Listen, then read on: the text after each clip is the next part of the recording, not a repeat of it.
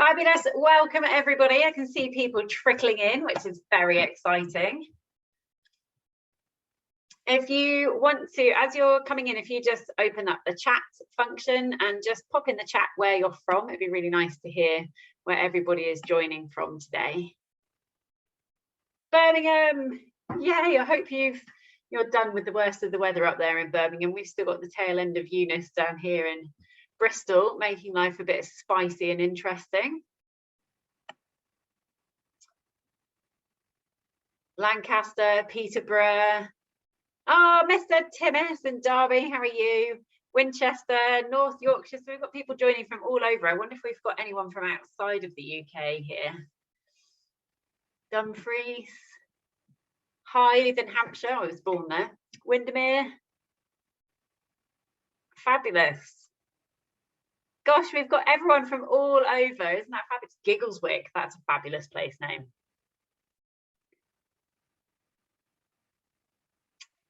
Brilliant. So we're just waiting. I think probably we're just about plateauing in terms of numbers who are attending today. So we'll just give it a moment longer. Welcome everybody to this fabulous webinar, which is I'm so excited to be hosting Anna this morning and helping just kind of collate Q&As. So please do introduce yourselves on the chat. For any of you who are not familiar with Zoom, you've got two functions at the bottom. You've got a chat, which is just for the chat, and Q&A. So if you want to ask any questions to Anna, which she'll answer either as she goes through or at the end, then please do pop those into the Q&A section rather than the chat. That would be super helpful. So we'll keep the chat for the chat, Q&As for the questions. This is being recorded live, which you would have been informed about on your way in. Unlike meetings, people in the audience won't be on camera and won't be able to speak. So you just get to listen to Anna and me blither on for a little moment now, but I'll be quiet momentarily. So the talks will be available on the YouTube channel after the event, but not all of them. There is a link to the YouTube channel, which I will pop in the chat probably towards the end of the talk, so you've got that there. So everything in the festival is free. However, if you would like to pay something that you can afford to cover overheads, that would be really fantastic. So none of the speakers or volunteers organising the event are being paid, but we do pay for a small amount of admin time as it's run as a non-profit event. So there's a suggested donation of £5 per household or £20 per household if you're attending the whole festival. So if you are able to pay, then that would be really fantastic, and I'll pop in a donate button in the chat now. But without further ado, let's get on to listening to Anna. I'm so excited to listen to Anna today. I hope most of you who have spoken to her, listened to her speaking before. I certainly have. She's an environmental campaigner and an absolute superstar, having set up the Flight Free UK. So if you don't know about that, hopefully Anna will mention it. I've been doing that for 4 years. Anna's been doing that for many, many years, and she's a really inspirational person in terms of looking after our beautiful planet. That has inspired her to become a cyclist and an author, and she's written a number of books about cycling. So without further ado, over to you, Anna. Thank you so much. Thank you. What a great introduction. Thanks, Libby. Yeah, I'm really excited to be here, and thanks again to Laura for the invitation.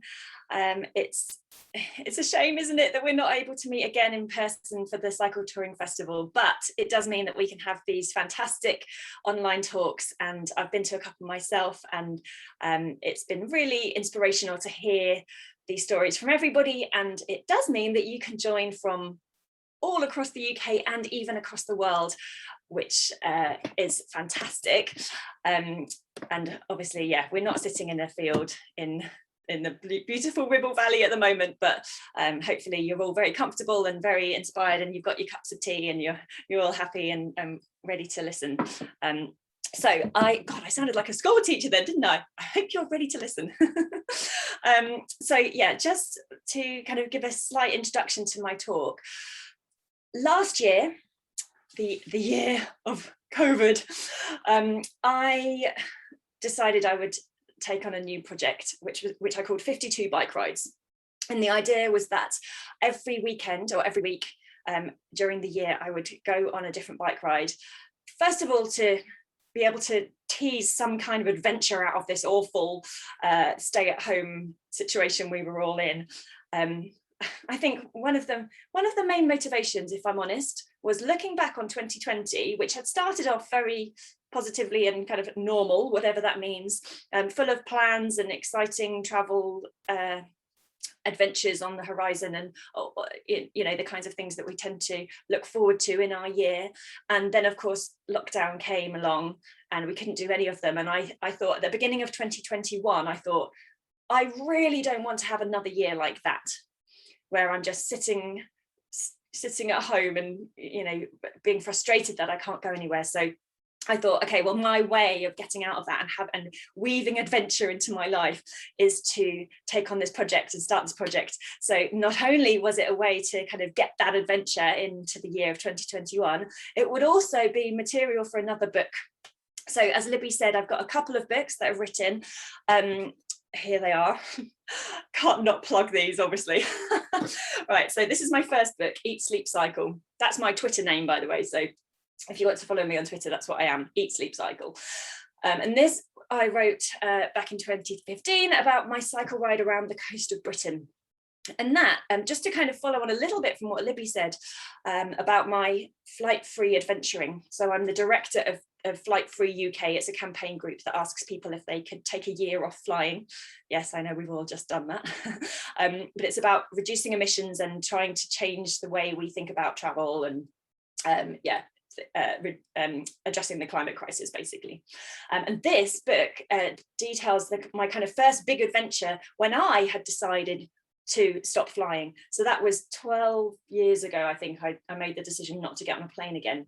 And I wanted to see if I could be an adventurer even without getting on a plane. And so I decided to cycle 4,000 miles around the coast of Britain, and that's all documented in this book. And I definitely discovered that, yes, you can have adventure, you can find those genuine travel experiences without having to go halfway around the world, even within this really quite small island on which we live. I absolutely, in those 10 weeks that I spent on my journey, I absolutely found those kind of life-changing, eye-opening experiences, different cultures, new landscapes, the kind of battle with the weather, all that kind of stuff. So yeah, that's all documented in that one. My second book is called Pedal Power. So this is a collection of stories about other people's adventures, and some famous, some not famous at all. Everybody motivated by different reasons to ride bikes, and there are 90 stories in here about those hopefully inspiring people who ride bicycles. And yeah, so I was thinking, I love writing and I love sharing my adventures, and this would be another way to, as I say, kind of shoehorn adventure into my year, but also to bring me to provide the material for another book. So I'm pleased to say I've started writing it. Might take a while to finish. By the way, one last shameless plug, kind of marketing thing. If you do want to buy either of my books, you can go onto my website, which is annacycles.co.uk, and that is where you can order them direct from the author. Nothing, no Amazon nonsense involved. So please do if you'd like to, and I'll sign it for you as well. Cheers. Right, okay. So there weren't really any rules about this 52 bike rides challenge, except for that I really wanted each ride to be different and unique. Which is a little bit of a challenge when at first you're not really allowed to go very far. So this was January, and I don't know if you remember, we were in lockdown at the time. That was the third lockdown, and the rules were you could go outside for exercise, and you could meet one other person outside your household to exercise with. So I saw this as a wonderful excuse to go cycling with a friend. But it was also, you might remember that Boris Johnson was in the headlines for going, I think he was caught 6 miles away from his home on his bike. And it was a bit kind of like, well, 6 miles is not actually that long if you're on a bike ride. So that's surely okay. And I did do a couple of rides that were a bit longer than that. but yeah, that was the idea. To start with, at least, we were quite restricted in where we could go, but it started to expand. As lockdown was gradually eased, we could go further and further afield. So I was able to take advantage of that, which was fantastic. But yeah, the idea was to see if I could also, use this as an excuse to see my friends and meet up with people. And that also was part of it, kind of the people that are involved in these kinds of adventures. So of course, starting in winter, going all the way through summer and then back into winter again, there was a huge mixture of different weathers. I remember this time last year, it had snowed. I remember several rides with my toes completely frozen the whole time. One particularly dramatic ride where there was it had rained quite heavily, but then it had frozen, and so there was just ice everywhere on either side of the road, and completely kind of splashed up against the hedge, the bushes on the sides of the roads. It was very much like an ice kingdom and kind of ice palaces by the side of the road, very dramatic. And then, of course, on the other end of the spectrum, there were those high sunburn days when, yeah, endless summer days. So that I suppose was quite interesting part of this challenge, because it lasted a year. It's not like a 10-week, 3-month ride where you're kind of in one season. That did add a little bit of variety and a bit of interest. So yeah, interesting. Anyway, what I'm going to do today is share, because I'm not going to talk about every single one of the 52 rides, but I will share some of the ones that have really stuck out and really stuck in my mind as kind of special ones. And I'm going to share my screen so I can show you some pictures of those rides. So let's start that. Here we go. Sharing. Right, this is one of the first rides. So hopefully you can see my bicycle, my wonderful pack horse, propped up against a post which says Greenwich Meridian Centenary Year 1984. Now, one of the challenges of the rides was to find unique rides every time. And one particular weekend, I had really struggled to find a theme, or because I wanted something that would make a good story each time as well. And I'd really struggled to find something. And it took me all weekend to kind of rack my brains and think of what I could do.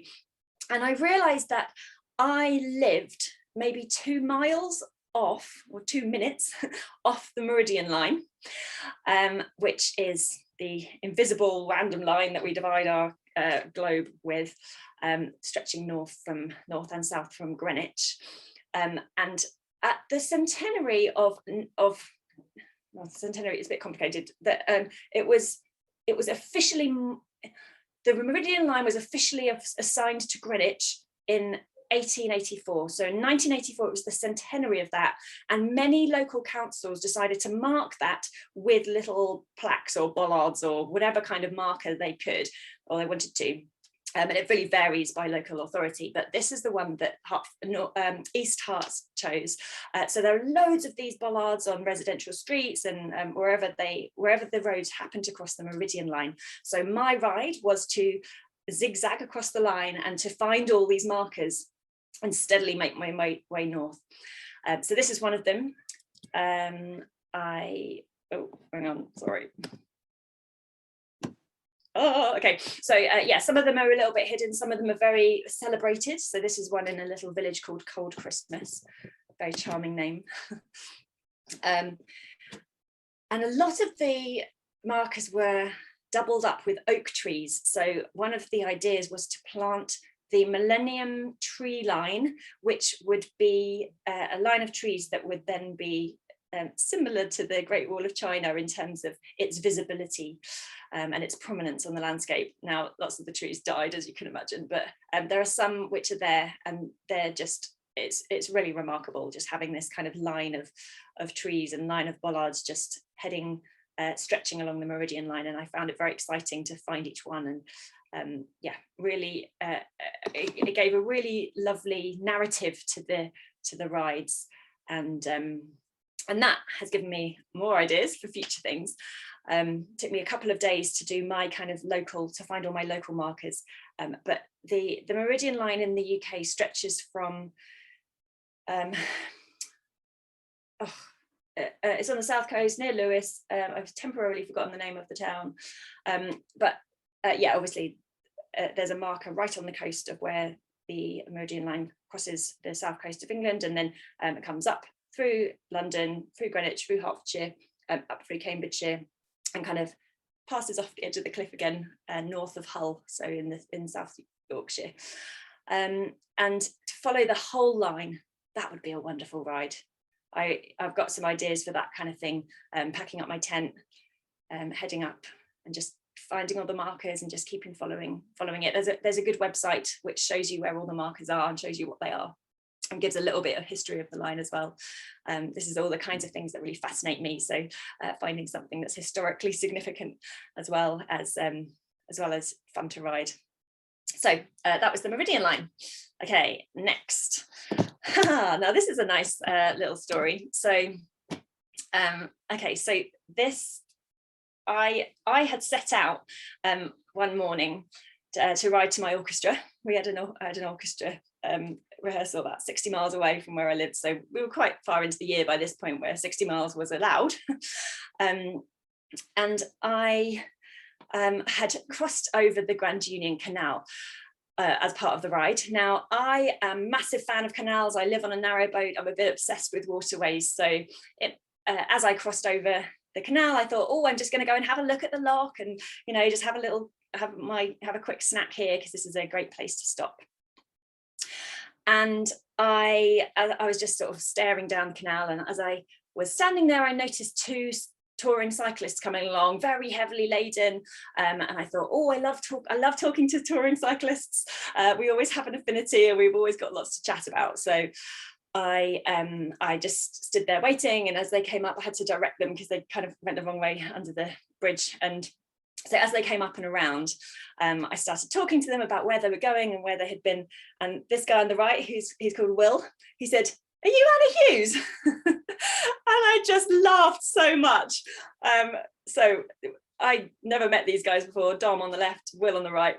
I never met these guys before, but they both follow me on Twitter and had recognized me, and so it was just the most brilliant kind of serendipitous bumping into, and it made me smile for the rest of the day. The rest of my 60-mile ride, I just couldn't stop smiling. So yeah, love bumping into touring cyclists, and even more so when they know me. So yeah, I know them as well, of course. We follow each other on Twitter, so yeah, we had a wonderful chat, and it was those little encounters that made the stories. Okay, another ride which was significant was when the border to Wales opened. So one of my sisters lives in Wales, and I have not seen her for a long time. I had not seen her for a long time because, of course, the borders were all closed. Wales seemed to be a little bit more careful with their opening up of everything. So I took the train to Bristol and went on a ride along the lovely River Avon. So this is heading out with one of my friends from Bristol, and we went up all the way to the second Severn crossing, M48.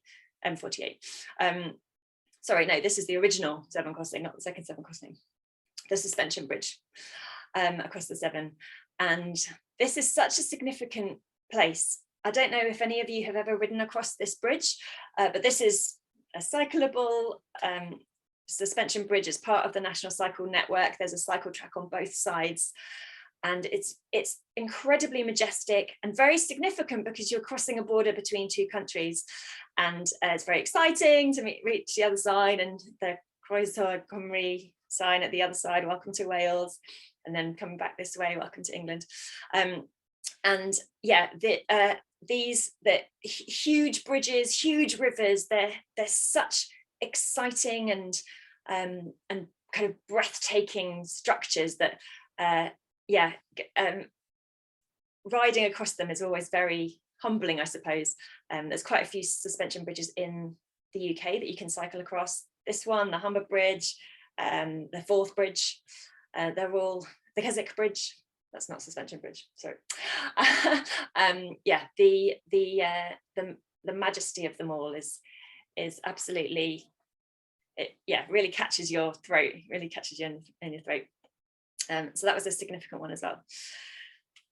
Okay, now I love a good, oh, that doesn't show the whole picture, sorry. Okay, I'll go to the next one. Maybe you'll be able to see that better. Okay, so I love a good ride to the beach. Now, nowhere in the UK is more than 70 miles from the sea, which means that anybody, wherever you live, you could make it all the way to the beach in a single day. It's a long day for some people, but it's achievable for most people. And I love this fact. And yeah, cycling to the sea is one of my favorite types of rides.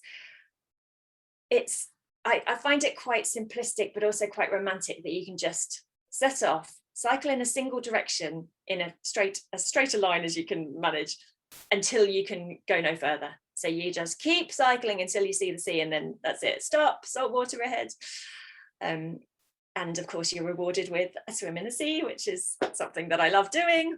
And yeah, being able to do that feasibly within a day is always fantastic. So this particular ride, I went out to Walton on the Naze, which is on the Essex coast, and I headed out from Hertfordshire. Now, most of the rides during the course of the year, at some point or other, would take in a disused railway line. And many of them were a result of the infamous beaching cuts in the 1960s.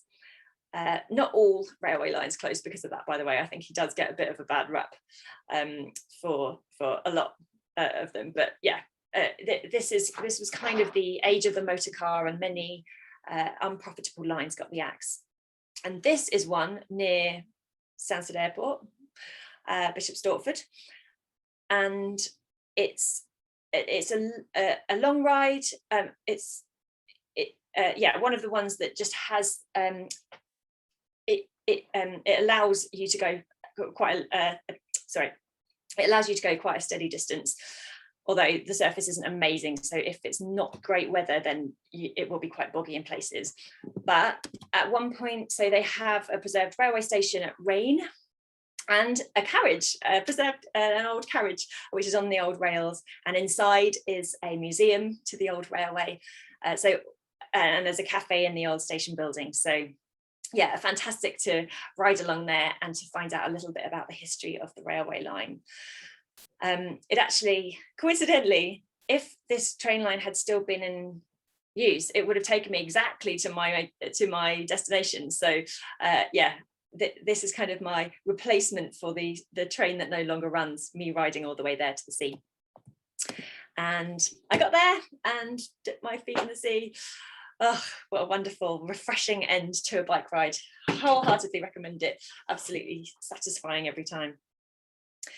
Now, the next time I cycled to the beach, which was pretty much the following week, it was the probably most epic of the 52 bike rides. And this is because it was overnight. So some of you will probably have taken on overnight bike rides before.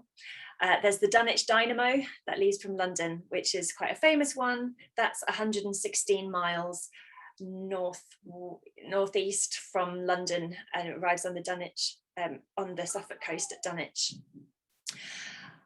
And that's a ride I've done many times, 6 or 7 times, I think. And that makes sense. You're going with the wind. They always choose the night that is closest to the full moon in June, so you've got a chance of being lit by the moon. It's such a wonderful, magical thing to do, especially when, I mean, that ride is so popular. You are with so many hundreds of other cyclists that if you're in the middle of it, you're just, once the sun goes down, you're seeing this snake of flashing red lights weaving through the countryside ahead of you. It's absolutely magical. And the stillness of the midnight and the early hours, and seeing the night creatures and seeing things from a different perspective is also really something that I find it makes it worth all the sleep deprivation because of course cycling all night is no easy task. Now for this one, this was obviously mass bike rides were still not happening, so this was a solo effort, and I decided to head the other way down to Bournemouth. So I have a friend in Bournemouth, so that's important to be able to have somewhere to kind of rest up at the end of an overnight bike ride. And this was going to be the longest ride as well. So this was the first time that I would have cycled 100 miles during the course of the 52 bike rides. I picked a spot from London that was 100 miles direct from Bournemouth, and that was Chiswick. So I took the train down to Chiswick, and I set off at just about 10:30 at night time. It's a very interesting narrative there because, of course, you're riding through streets where people are still having their Friday night, they're still in the bars, they might be sitting outside having their drinks, walking home through the park, and I'm just setting out on the beginning of my adventure. So this is usually the time when I might be thinking about going to bed, but of course I'm wide awake, full of adrenaline, full of excitement. You can see this, so this picture was taken just before I got the train down to Chiswick, clearly looking very nervous about my overnight bike ride, but also anticipating nice weather. I've got my shorts on, it was nice and warm that night. So yeah, I didn't take any pictures of the night time, actually. I probably should have. So the route was mainly along the A30, which is not a nice road, except for at night time there's nothing on it, so it's fine. Yeah, I definitely would not recommend riding along that during the daytime. But it took me down through Virginia Water, it took me down through Winchester, through Basingstoke, through Winchester, and then into the New Forest. And when I was in the New Forest, that's when the day started to break. And daybreak is just, it is a moment, and this is another thing that makes those overnight bike rides worth it. So I stayed remarkably awake till about 3 a.m. and I couldn't believe how usually I would have been asleep for 5 hours by then, but somehow I still had all this energy. And it's very calming, and it's very magical. And as I said, kind of sharing the journey with the night creatures who you rarely see, and feeling like you're the only person in the world. These are experiences which I think you don't quite get them until you try it. And then of course you reach kind of 4 a.m. and you're starting to get a bit drowsy and a little bit bored with the dark. And then it's not even suddenly, you just notice that gradually the light on the horizon that you thought might be the next town is actually the sun. So it's actually dawn starting to break, and the day starting to break. So I'm just going to shut the door here. It's a bit noisy downstairs. So it just gradually gets lighter, and the fields that had no detail whatsoever, you can start to see kind of the vague outline of trees and the outline of hedges, and then the dawn chorus starts, and it's absolutely bonkers how loud those birds are. Perhaps it's because you've been surrounded by complete silence for hours and hours, but to be in the middle of somewhere where everything just erupts around you. And yeah, those birds really went for it that day. It was absolutely incredible, and it gives you this whole kind of right, daybreak happens every day, right? But we don't usually see it, and to be there in the middle of it, you just think, I've witnessed a miracle. And yeah, absolutely incredible. Now, by the time I came down into the New Forest, the miracle of daybreak had faded somewhat, and I was starting to be incredibly tired. So that's when there was a little bit of hallucination involved. You start to see things that you're not quite sure are there. I started to kind of nod off a little bit, and at one point I did actually fall asleep on the bike. I had to stop, have a word with myself, have a snack, have a drink, make sure that's not going to happen again. Right, fine, okay, nearly there, don't worry, nearly there. And then rolling down from the New Forest into Bournemouth, finally coming down the cliffs onto the beach, and just thinking, oh my goodness, I've made it. Here is a picture of the bike on the beach. I should have taken one of my completely sleep deprived, exhausted face, but I I think I was probably a bit too far gone by then. At this point, I had a swim in the sea with my friend. He took me back to his flat so I could have a shower, went for breakfast, and then I went to sleep on the train home. But what an adventure, what an absolute incredible adventure. Okay, speaking of adventures, most of these rides have been individual, one day in the weekend rides, kind of one-off. You ride somewhere, you ride back, or you get the train home. But there was an adventure, an actual adventure involved in this. And this was when we could actually, most lockdown restrictions were lifted and things were opening up again. So this is my brother-in-law, James, and he and I had decided we would do the 3 Peaks Challenge riding our bikes. So that means climbing up, hiking up the 3 high peaks in England, Scotland and Wales. So that is Mount Snowdon, followed by Scafell Pike in the Lake District, followed by Ben Nevis in Scotland. And we would ride our bikes in between each one. And so we'd spent several months planning this. And as you can see, James there, my goodness, I don't know how he did it. He's got all of his stuff on his back. I, on the other hand, carry all my things in panniers, much more sensible. There's my bike, very heavily laden. So we were camping, we camped as we went. This is the start of the path up Snowdon. So we arranged this all quite well. We actually left our bikes and all of our luggage in the cafe at the foot of the climb, the Llanberis path for Snowdon. And so each time each mountain we were able to climb just with a small backpack on our backs. I think if we'd had anything else, it would have been incredibly difficult. I've never done anything like this before. I'm not necessarily a mountain climber or a hiker. I'm obviously a cyclist, but the difficulty of this challenge was not just the riding. So here we are, Snowdon. Again, these orientation of pictures don't really work that well. So that is James at the top of Snowdon. It's very misty, as you can see. We started climbing at 7 a.m. so we could get the climb done.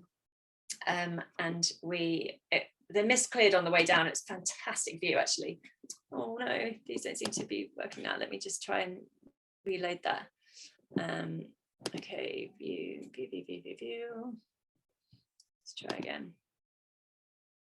Okay, let's go back to see if that one, no. Oh, okay, so I'll have to do that again in a second. Okay, so yes, we climbed up the mountain. The mist clears as we came down, and we got back down about midday. And then we had to cycle another 50 miles. So the day wasn't finished just with climbing up a mountain. And the following day, it was a 70-mile ride, but no hiking. Following day, but whenever we climbed up the mountains, we were doing 50 miles each day. And then in the meantime, in the interim, it was 70 to 90 miles. I'm just going to have to reload that one more time. Let's go. Oh yeah, you can see, just see that one there. So welcome to Cumbria, hurrah! Something I should say, actually, just to interject before I carry on this particular story. Oh, stop. I mentioned the weather in that I went from winter all the way through to summer and all the way back to winter again. In the whole year, I hardly got rained on. I think perhaps, obviously it doesn't not rain in the UK, but perhaps it was a bit to do with being able to choose the day I went within reason, you know, if it was a weekend. If it was going to rain on one day, I would go riding the other day. But yeah, there was a small handful of days that I actually got rained on. And as you can possibly predict, one of them was in Cumbria. So welcome to Cumbria really did mean welcome to rain. Obviously, it's just, this is where we live and this is the weather we cope with. And as long as you're prepared, it's no problem. So we got quite wet, but we were still smiling, as you can see from the picture. The next okay, this is annoying how the pictures have gone a bit funny, but I will try and show you. If it doesn't work one more time, I will quit the slideshow setting. So this is us about to walk up Scafell Pike, absolutely hammering it with rain, clearly looking very trepidatious. Several hours later, absolutely soaked to the skin, but still smiling. But yeah, I will quit this slideshow now because you can see better if I do this. Yeah, our waterproof jackets were definitely not waterproof enough. And that is the summit of Scafell Pike, which was just absolutely white out. We couldn't really see. It wasn't on the verge of danger. We could still see each cairn. As we reached the previous one, you can see the next cairn, and then when you get there, you see the next cairn. So we were very careful, but my goodness, we were pleased to reach the top. Yeah, right, continued, and the weather improved again, and my goodness, crossing that border. So that was the same day. We climbed up Scafell Pike. The afternoon we crossed into Scotland.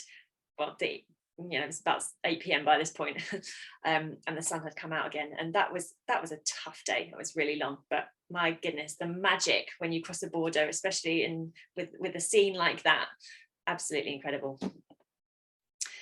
Okay, and Scotland continued to be wonderful. So this is the banks of Loch Lomond, and if any of you have never done this cycle ride, I would 100% recommend it. So I think this is one of the best cycle routes in the UK.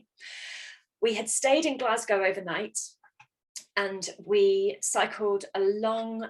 So out of Glasgow, we followed the banks of the Clyde, and then there's an old railway line that leads you out to then reach the Forth Clyde Canal. So we were on the Forth Clyde Canal for a little way, and then we came out Dumbarton. We came up along the West Lomond cycle path, and so this is next to the A82, and everyone we spoke to said, oh my goodness, you're not cycling on the A82, are you? It's a horrible road, it's very busy, it has many trucks on it. But of course we weren't cycling on the A82. If you drive that way, you just assume that the bikes have to, but there's a hidden cycleway to the side, which is absolutely incredible. Sometimes it's a bit rough, and yeah, it's just an old kind of grotty old path, but there are stretches like this and the old road that goes round the loch, which are absolutely magical. The loch itself is gorgeous, and we were lucky with the weather, so yeah, it was nice and sunny. Well, it's a bit cloudy, but it was dry and patchy sunshine and nice and warm, and yeah, would so wholeheartely recommend this as a ride. So this was part of a very long day for us. We ended up going all the way up to Glencoe on this particular day, but if you wanted to do a shorter day, just a day ride, you can go on this path as far as Tarbert, and that's where the loch, that's where the ferry goes from. I can't remember exactly where it starts, but near Dumbarton, and so you could ride one way and take the ferry back, or ride up and back. It's probably about 30 miles. Yeah, absolutely stunning, easily accessed from Glasgow. Wholeheartedly recommend. But of course we were on a very long ride, so it wasn't just we could just get on the ferry. This was one of the most epic moments, reaching the Highlands, and the scale of everything is just so huge. I think there are many mountain ranges in the UK, but coming up to, so this is on the road up, this is still the A82 on the road through Glencoe.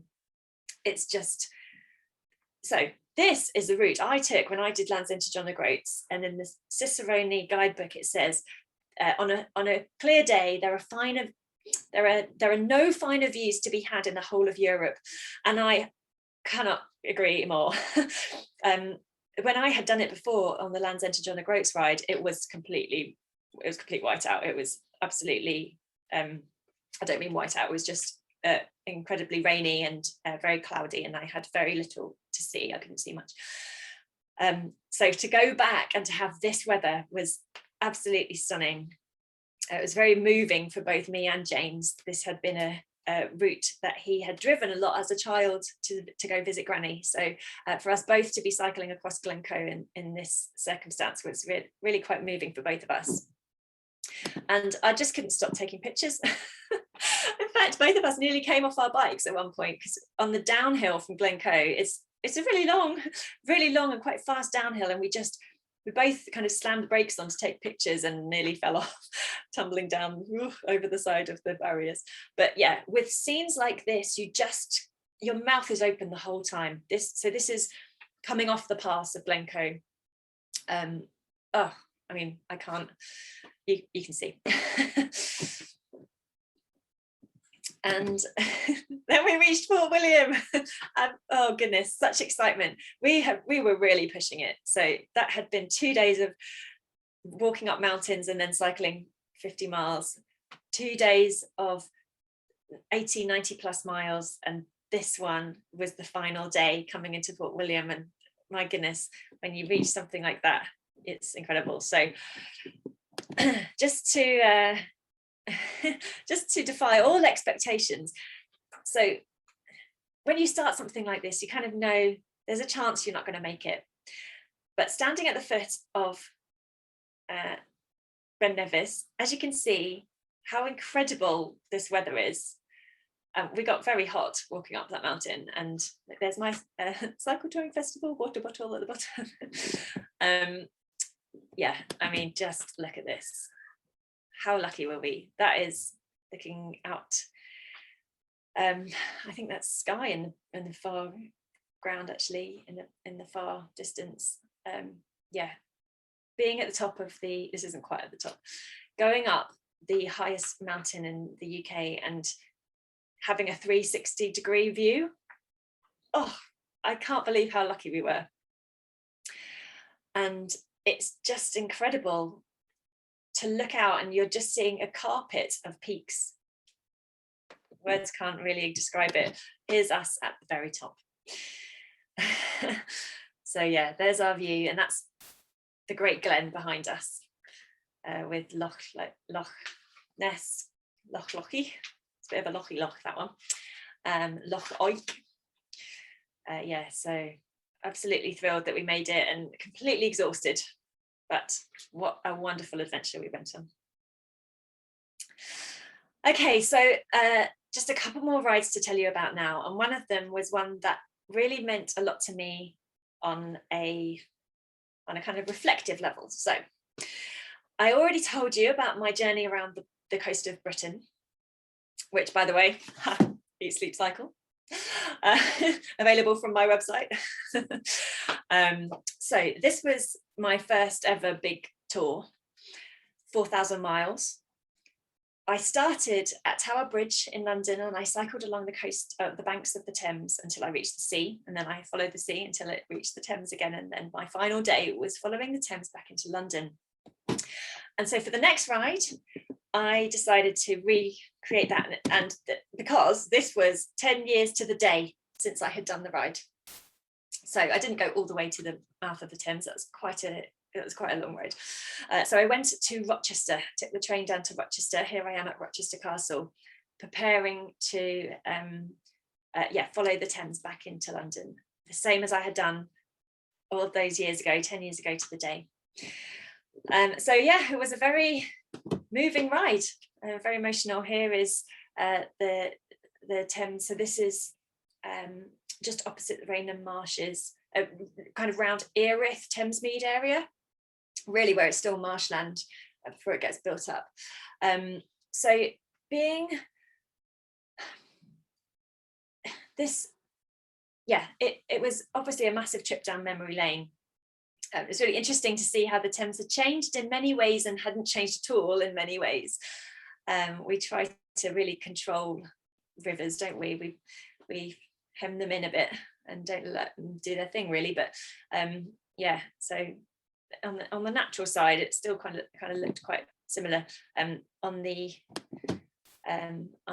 building side, it was very different. So obviously the Thames barrier is still the same, but as I approached the centre of London, and you can see behind here a few the buildings of on the Isle of Dogs, Canary Wharf, many more buildings than had been there 10 years ago, and you don't really notice all these buildings going up particularly until you then compare them to what had happened, what it looked like before. And of course, since I did my ride in 2011, we had the London Olympics. So lots of things across on the right hand side of the picture there, you can't really see, but that's where the Olympic Park is, with the structures of the Olympic Park, and then the cable cars across the Thames, and you can see them just here in just in front of Canary Wharf. Yeah, so all of these developments, really interesting comparison, and I I had set off, really good time, but somehow I still managed to not quite make it. It was starting to get dark by the time I made it to Tower Bridge, which actually was exactly the same timing as had been 10 years previous, and I found that quite moving as well. As I cycled up to Tower Bridge, yeah, it was starting, the lights were all on, it was starting to get a bit musky. So this is my Tower Bridge on that day, and I just kind of stood there and remembered what it had been like to complete this adventure, and that was a very significant adventure, actually, the Round Britain, of course. And one thing that was interesting, comparing that to this, what I was doing now, so trying to put adventure into every week of the year is a very different experience to doing something all in one go. So, and it hadn't been as clear until I reached this particular ride, and was doing the until I reached Tower Bridge that day, because the day I reached Tower Bridge, having finished cycling around the entire coast of Britain, it had been such a short time since I'd last been there. 10 weeks, that's how long it took to get around the entire coast of Britain.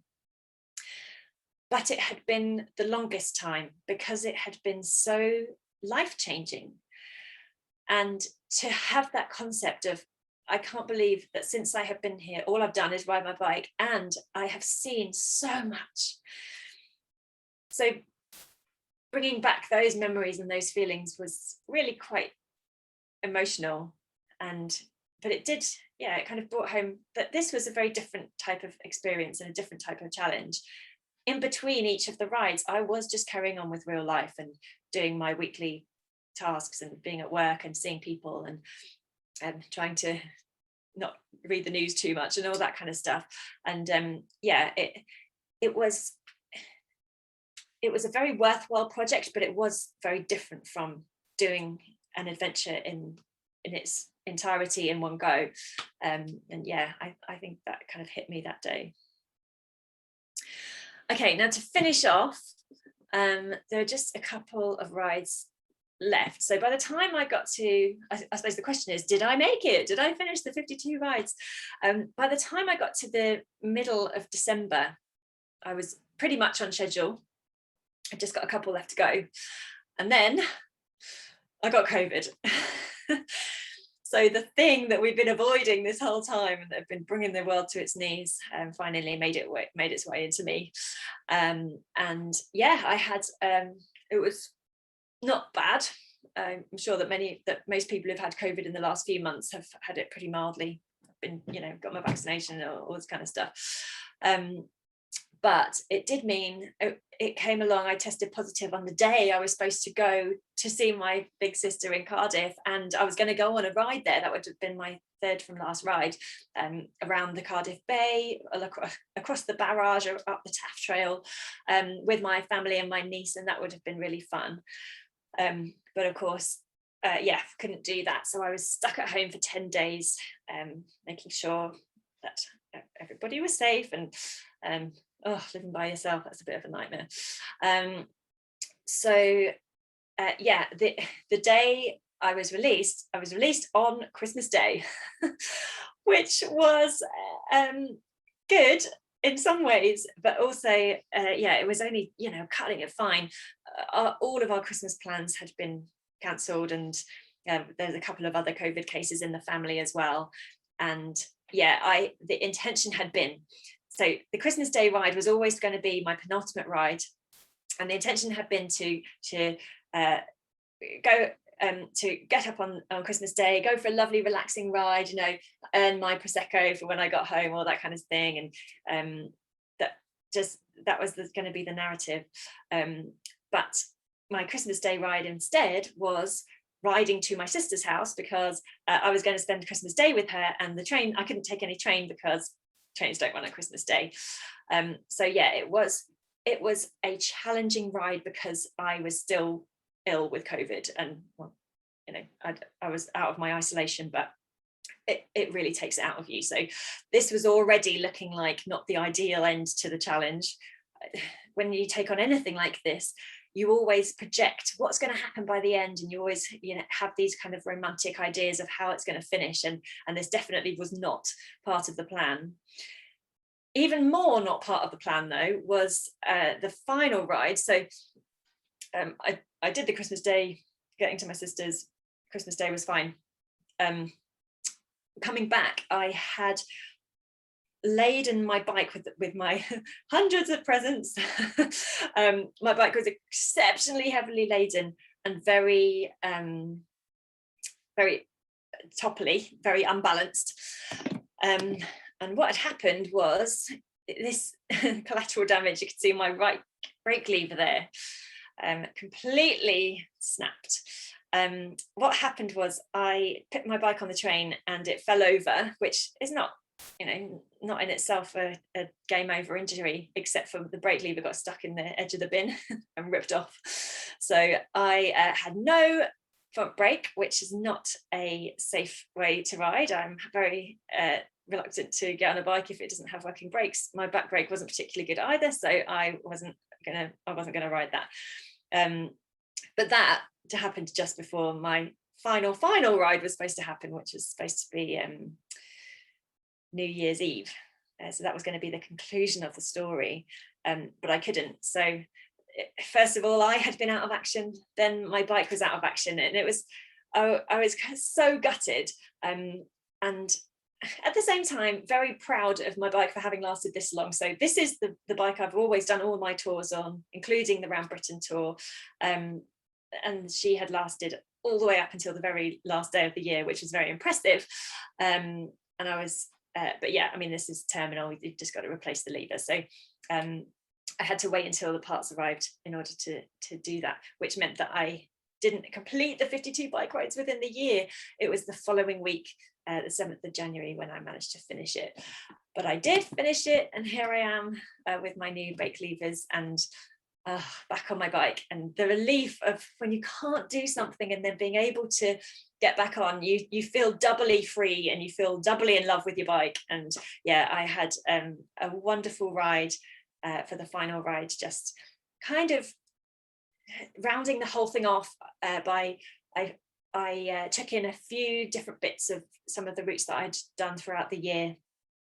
Like I said at the very beginning, to start with, a lot of the routes were very local, partly because we couldn't go anywhere, but also, and I didn't mention this at the beginning, but this is one of the main motivations to demonstrate to myself that adventure can be found just around the corner. And there are so many places near where I live that I had never been. I'd never ridden my bike, and there had been never any reason to, so why would you? And I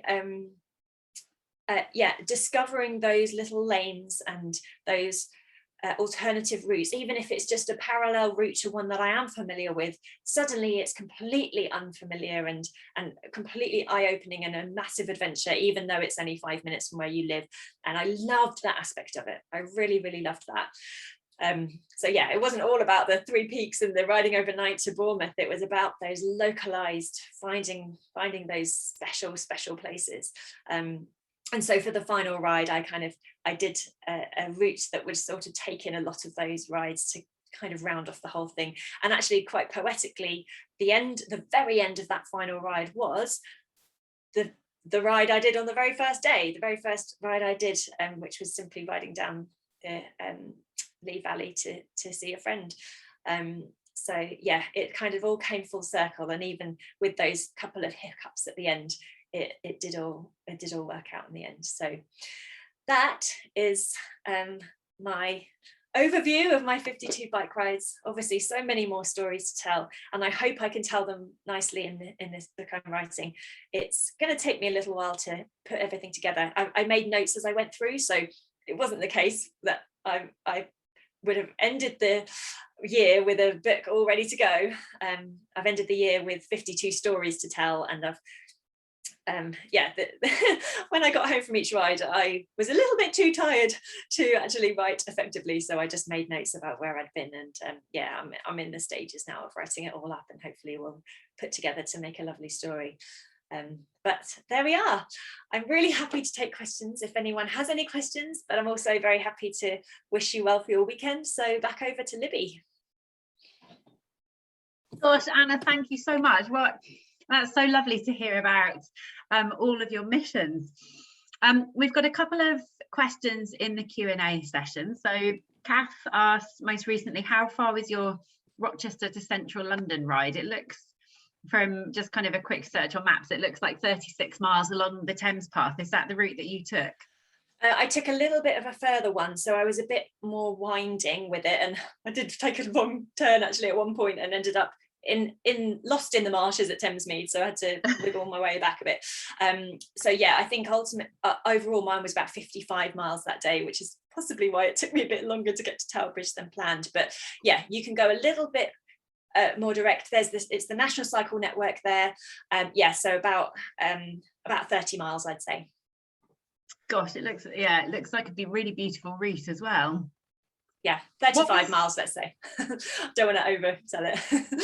What do you think? I mean, it's easy to kind of see from your photos, but what kind of really stands out as the most scenic route that you took? Was it the ones that you showed us pictures from in Scotland? I mean, that just looked beautiful. Yeah, I mean, Scotland's unrivaled, isn't it?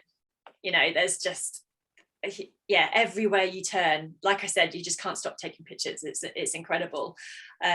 But also equally, like I said, there's so much beauty to be found just on our doorstep, and some of the local rides were just really surprising. Yeah, I was so pleased to have the excuse to go and explore them, really, you know.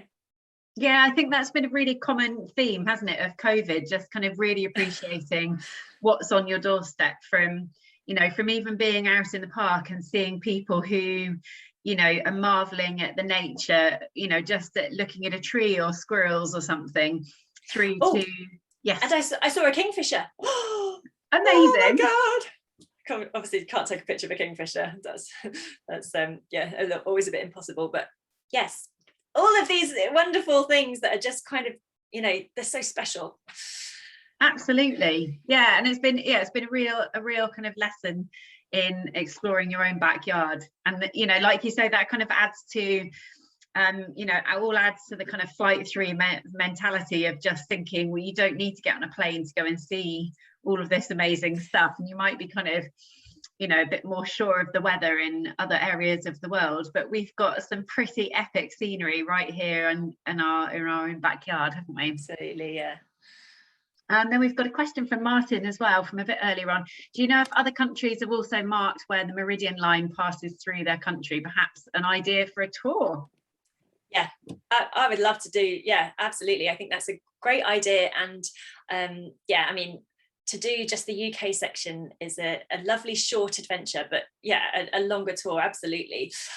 So there, yes, the answer is yes, other countries do mark the position of it.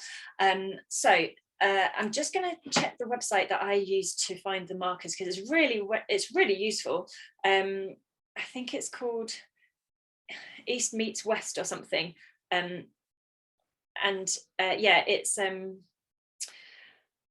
it has the locations of all the Meridian markers, and so it shows the ones through the African countries.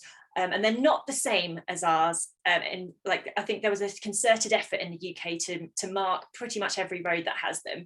But for the other countries, there are more sporadic but quite significant markers every so often. So yeah, yeah, the GreenwichMeridian.org. It's got an interactive map of where everything is. So, oh, Nick Crane walked it in the UK. Well, that sounds like a fantastic adventure, actually. Nick Crane's a terrific writer, so, oh, I don't know if he wrote about it. He probably just did it for TV, didn't he? Fabulous. Has anyone got any other questions? If you want to pop those, both the chat and the Q&A are open now. But otherwise, my goodness, what wonderful adventures, and just the the kind of traumatic cliffhanger of just like limping up to the finish line. And, yeah. You coming a cropper and then your bike coming a cropper, that must have been really heartbreaking. Yeah, it was heartbreaking, and very, but I couldn't do anything about it, and as you say, it did feel like a little bit of an anticlimax, kind of limping across the finish line, but I did get there in the end, and it wasn't about that. It was about the experience of each ride and just doing it. So it's even if I hadn't been able to finish it, I would have still had my adventure, so and those kind of self-imposed deadlines and schedules, that's what has made you do all of those fantastic things. And the fact that your last one was technically just outside of that year, is that it makes no difference at all, does it? Exactly, yeah. In the bigger picture. Well, fantastic. Thank you so much, Anna. It's been really, really wonderful. And if nobody else has any questions, I can see still on the chat there's kind of various comments popping up. So you've definitely inspired us all maybe to get out and have a bit more of an adventure on our bikes locally. But yeah, so all that remains is thank you very much indeed. And it's been a really fantastic and inspiring talk, and lovely to see those pictures, and just for me personally, having lived in New Zealand, see such kind of familiar views that remind me of other places in the world here within our blob of land that we're is really fantastic. So thank you very much indeed. Thank you, Libby, and thanks everyone for coming. Really nice to share my stories with you. Great. Enjoy the rest of your day, everyone. Bye.